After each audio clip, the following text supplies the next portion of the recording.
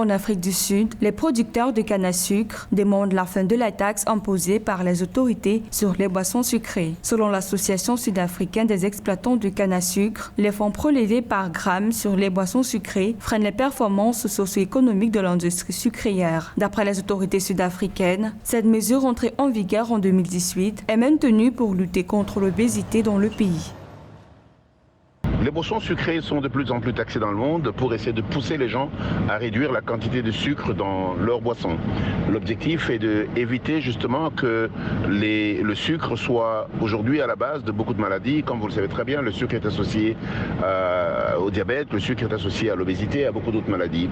Et donc c'est dans le cadre d'une politique publique liée à la santé publique que beaucoup de pays ont commencé à décourager la consommation exagérée de sucre.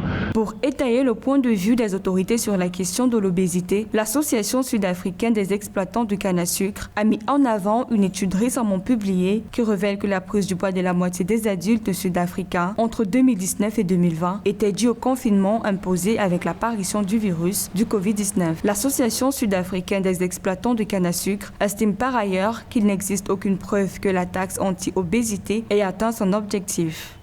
Maintenant, que cela ait un impact direct sur les planteurs parce qu'ils n'ont pas nécessairement des débouchés, il y a un véritable problème de créativité. Et donc là-dessus, je pense que les planteurs devraient se battre pour essayer d'aller sur des secteurs à valeur ajoutée dans la conversion du sucre.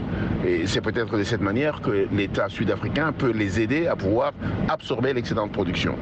Selon un rapport publié en juin 2021 par le National Economic Development and Labour Council, la taxe imposée sur les produits sucrés a conduit à une perte de 9 700 emplois et une baisse de 1,8 milliard de rands de la contribution du secteur sucrier au PIB entre 2017 à 2018 et 2019 à 2020. Par ailleurs, en Afrique du Sud, la culture de la canne à sucre est effectuée par près de 20 000 planteurs qui produisent chaque année 19 millions de tonnes de la tige.